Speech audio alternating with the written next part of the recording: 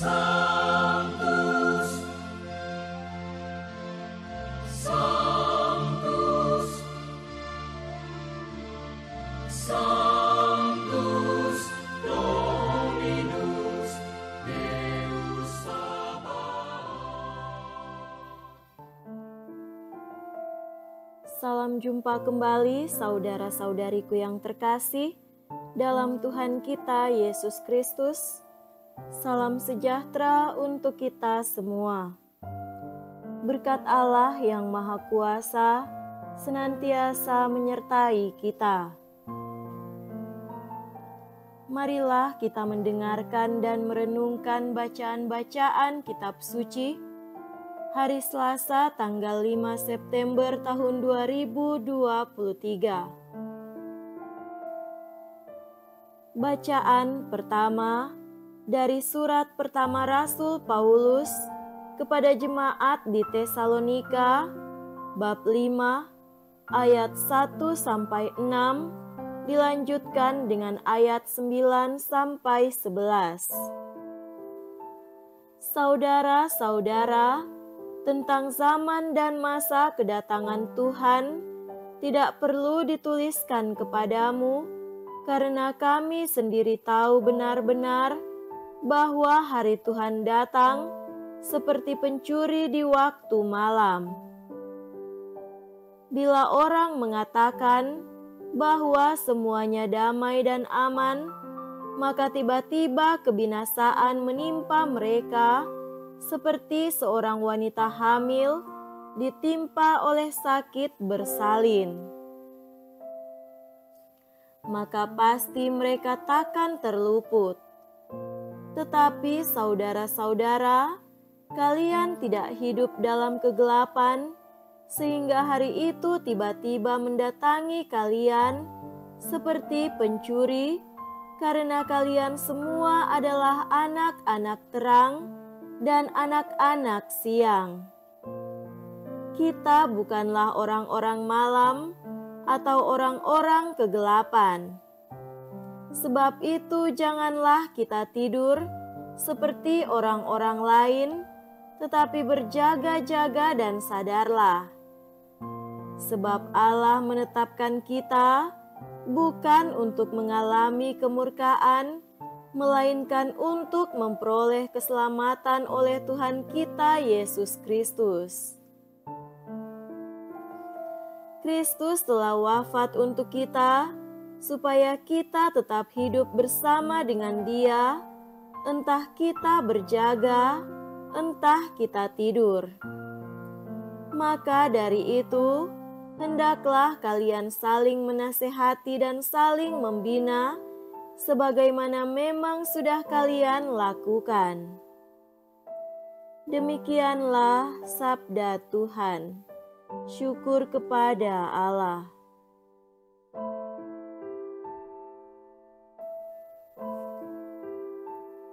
Semoga Tuhan beserta kita sekarang dan selama-lamanya. Inilah Injil suci menurut Lukas. Dimuliakanlah Tuhan. Injil Lukas bab 4 ayat 31-37. Sekali peristiwa, Yesus pergi ke Kapernaum, sebuah kota di Galilea. Di situ ia mengajar pada hari-hari Sabat. Orang-orang takjub mendengar pengajarannya, sebab perkataannya penuh kuasa. Di rumah ibadat itu ada seorang yang kerasukan setan. Ia berteriak dengan suara keras, "Hai engkau Yesus orang Nazaret, apa urusanmu dengan kami? Engkau datang hendak membinasakan kami? Aku tahu siapa engkau, engkaulah yang kudus dari Allah." Tetapi Yesus menghardik dia, katanya, "Diam, keluarlah daripadanya." Maka setan menghempaskan orang itu ke tengah orang-orang banyak, lalu keluar daripadanya, dan sama sekali tidak menyakitinya. Semua orang takjub dan berkata satu sama lain, "Alangkah hebatnya perkataan ini." Dengan penuh wibawa dan kuasa, ia memberi perintah kepada roh-roh jahat, dan mereka pun keluar. Maka tersiarlah berita tentang Yesus kemana-mana di daerah itu. Demikianlah sabda Tuhan. Terpujilah Kristus.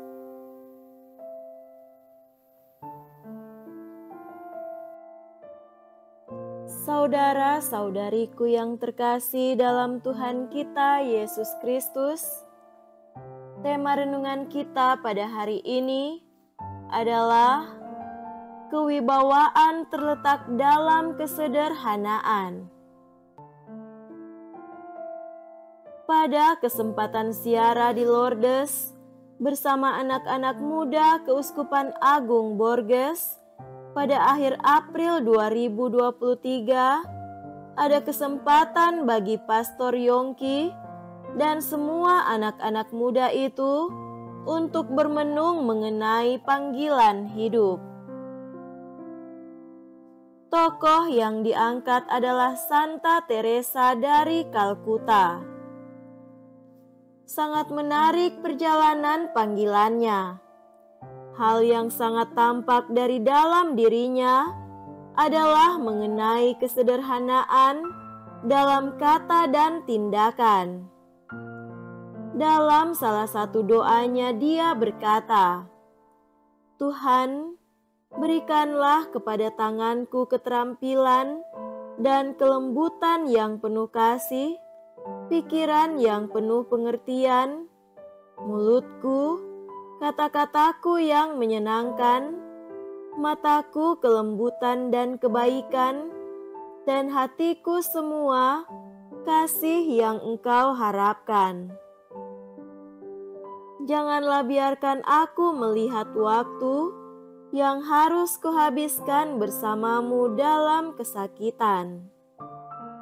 Berikanlah kepadaku untuk menyerahkan diriku dengan tulus kepada pelayananmu, dan berilah aku kekuatan untuk memikul demi Engkau sebagian dari beban saudara-saudaraku yang menderita. Singkirkanlah dari hatiku segala keraguan dan keduniawian, sehingga dengan iman yang sederhana, seperti seorang anak kecil, aku dapat bersandar padamu." Saudara-saudari terkasih, dalam Injil hari ini, kita melihat bagaimana pengajaran adalah pusat dari misi Yesus dalam kehidupan publiknya. Dia berbicara dengan otoritas. Otoritas dalam perkataannya inilah yang memberikan kekuatan pada bahasanya. Ia menggunakan gambaran-gambaran yang jelas dan konkret. Hal yang paling luar biasa dari cara Yesus berbicara adalah bahwa ia mendamaikan otoritas ilahi dengan kesederhanaan manusia yang paling luar biasa. Otoritas dan kesederhanaan dimungkinkan bagi Yesus karena pengetahuannya tentang Bapa dan hubungan ketaatannya yang penuh kasih kepadanya. Hubungan dengan Bapa inilah yang menjelaskan keselarasan yang unik antara keagungan dan kerendahan hati.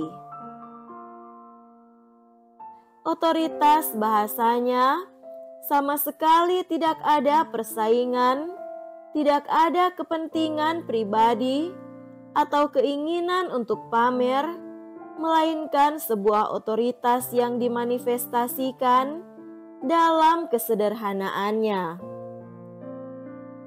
Dari mulutnya tidak keluar pujian pribadi, kesombongan atau teriakan.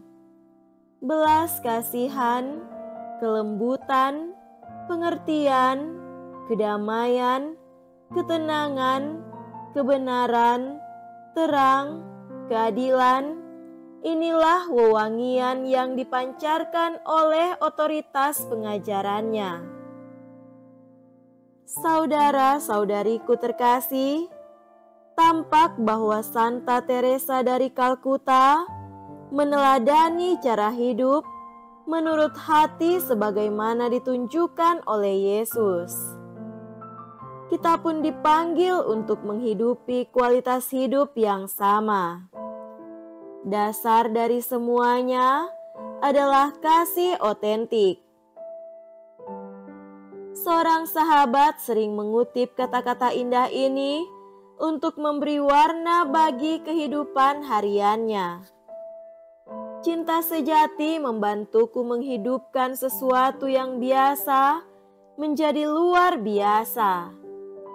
Ya, memang benar, jika ada cinta sejati, maka apapun yang kita jalankan sungguh berarti bagi diri kita dan orang yang kita jumpai atau layani. Dan itu dijalankan dalam kesederhanaan kata dan tindakan. Hargailah hal-hal kecil dalam hidup, karena suatu hari nanti ketika Anda melihat kembali masa lalu Anda akan mengerti bahwa itu adalah hal-hal yang luar biasa. Semoga demikian. Amin.